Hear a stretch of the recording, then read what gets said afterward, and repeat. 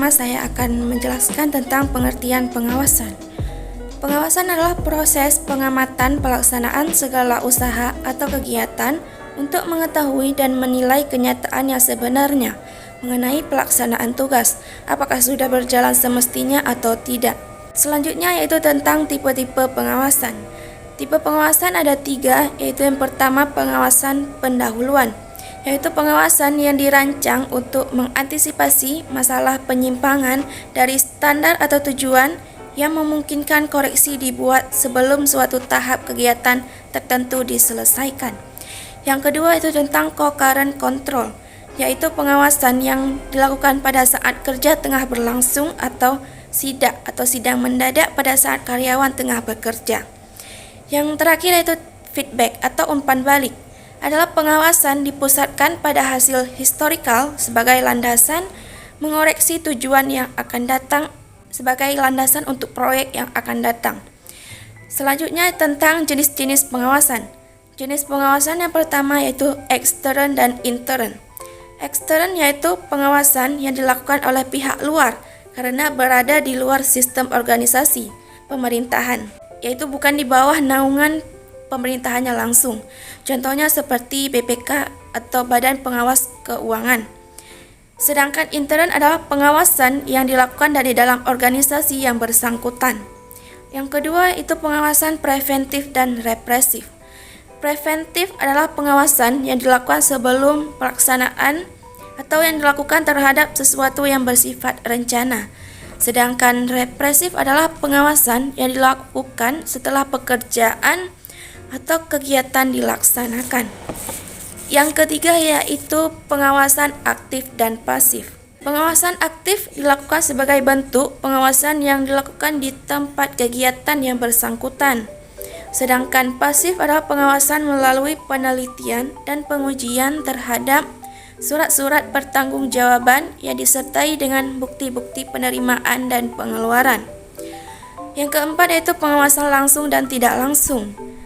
Pengawasan langsung yaitu pengawasan yang langsung terjun ke tempat objeknya atau on the spot. Sedangkan tidak langsung adalah pengawasan melalui dokumen atau biasanya bekerja di belakang meja. Pengawasan langsung dan tidak langsung yaitu sama dengan pengawasan aktif dan pasif. Yang terakhir adalah pengawasan formal dan informal. Pengawasan formal adalah pengawasan oleh instansi atau pejabat yang menduduki atau lembaga resmi yang dibentuk oleh pemerintahan, baik bersifat intern ataupun ekstern. Sedangkan informal adalah pengawasan oleh masyarakat atau kontrol sosial. Ya, misalnya surat pengaduan dari masyarakat melalui Badan Perwakilan Rakyat ataupun melalui media massa. Baiklah, sebelum saya melanjutkan ke materi selanjutnya, marilah kita tonton cuplikan berita berikut ini. Let's check it out.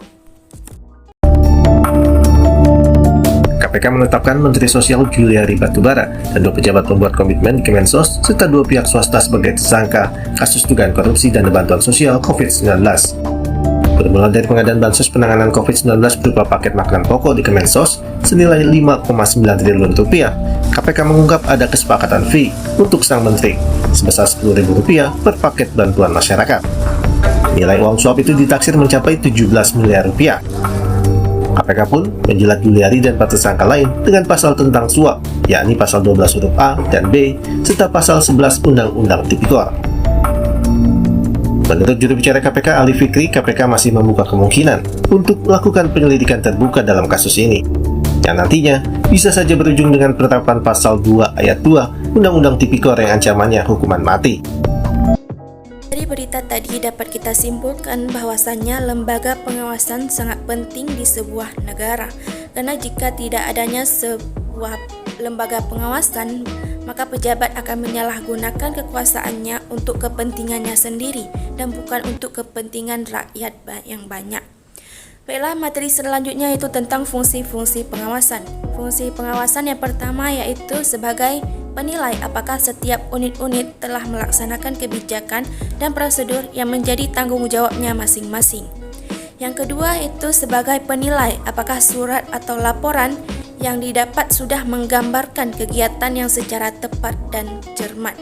karena surat atau laporan itu menjadi duta atau bukti bagi seseorang. Yang ketiga itu sebagai penilai pengendalian manajemen sudah cukup memadai dan dilakukan secara efektif.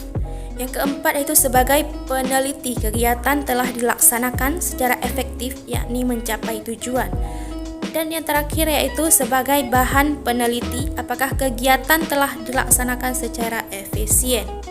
Materi selanjutnya itu lembaga pengawas di Indonesia. Yang pertama itu kepolisian, yaitu lembaga yang berperan dalam menjaga keamanan dan ketertiban di masyarakat. Yang kedua itu kejaksaan, adalah lembaga yang berperan di bidang penuntutan serta kewenangan lain berdasarkan peraturan perundang-undangan 1945. Yang ketiga yaitu KPK, yaitu Komisi Pemberantasan Korupsi, yaitu lembaga yang melakukan pemberantasan tindak pidana korupsi. Keempat yaitu Badan Pemeriksaan Keuangan atau BPK. BPK adalah satu lembaga negara yang bebas dan mandiri dalam memeriksa pengelolaan dan tanggung jawab keuangan negara. Yang kelima yaitu Badan Pengawasan Keuangan dan Pembangunan atau BPKP, yaitu lembaga yang memegang peranan penting dalam pengawas keuangan dan pembangunan terutama sejak Orde Baru. Dan yang terakhir yaitu Inspektorat, yaitu pengawasan pemerintahan daerah yang tugasnya bertanggung jawab kepada Bupati melalui Sekretaris Daerah. Barusan adalah sebagian kecil dari lembaga pengawasan di Indonesia. Baiklah, sampai di sini materi saya. Saya ucapkan terima kasih. Saya tutup, wabillahi taufik wal hidayah. Assalamualaikum warahmatullahi wabarakatuh.